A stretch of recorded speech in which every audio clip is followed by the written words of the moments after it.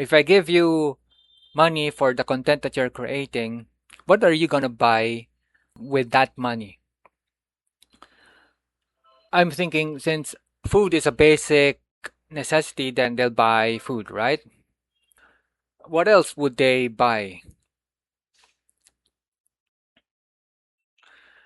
If they want to maybe play a game, then someone could give them discounts.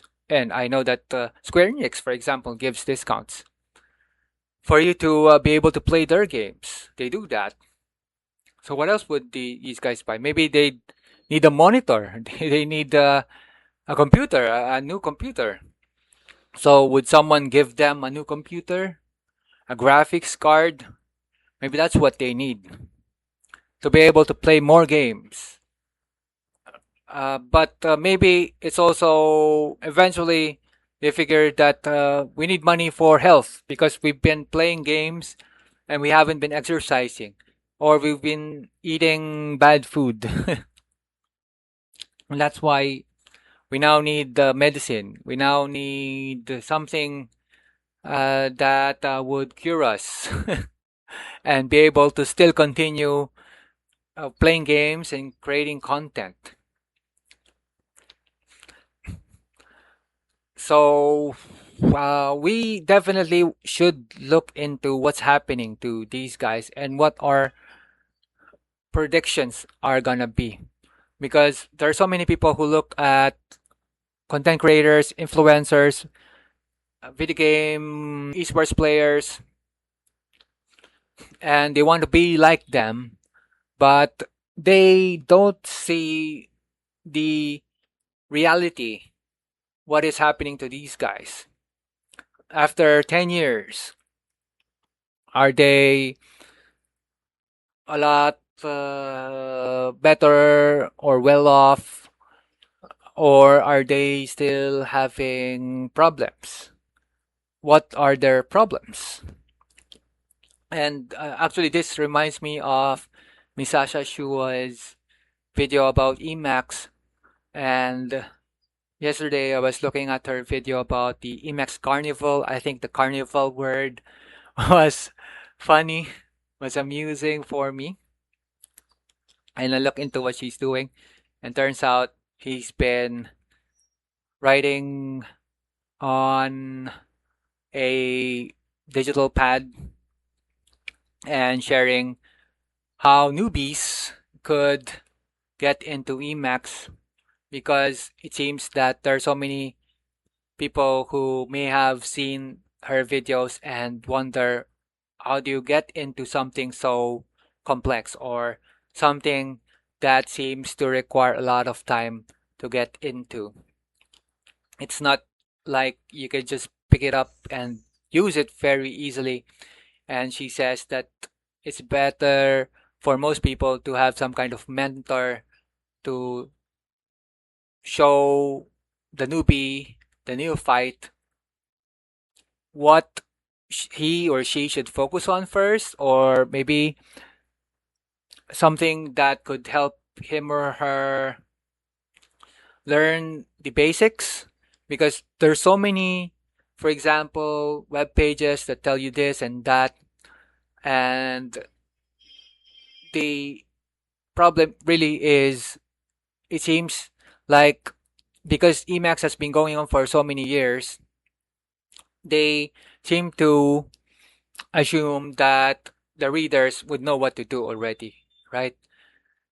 So if you are just starting out, you don't know a lot about what this is, in fact, how do you get into it? And I think Miss Sasha Chua's video is doing that in this case. And I was also looking at her other videos, and I think if you try to figure out what she's doing, because just like with so many YouTube influencers, content creators, you want to know what's the end goal. You create content, you share information, you help people out, but at the end, what it is that you want. And it seems to me, based on my impression, that she's also looking for a way to make money, to earn. And it's curious that recently she's been uploading quite a lot of her videos, more than usual, I think. And I get the impression that maybe she doesn't have an office job and she is betting on this to be able to earn something, to make money. So that's my impression. Um, and it's something that most other YouTubers are doing also. So it's not like it's only her. But it seems that if there's so many people doing it, are they all making money? I think that they're not. There, some of them might be making a little bit of money, but my impression is they're not making so much as they initially thought they would. So the question really is, how are they making money? And I think that it's because they have something that they are not telling us, like a side job or maybe something that might not even be related to what they are uploading on YouTube. Because I know that if you have maybe a number of people joining your channel as members and you ask them to pay for membership, then you get something, right? But I do know that that alone won't be enough because I also was checking out how that aspect works.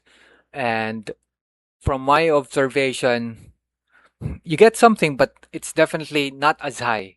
So you think that you can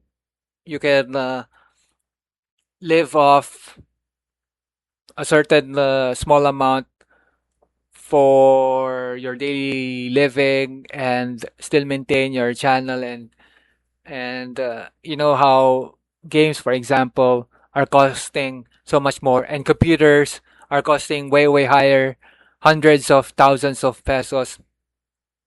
You think that you can you can uh, you can make money out of just that, like a membership fee of less than 100 pesos per month? I think it won't be enough. So they gotta have something else that they are doing.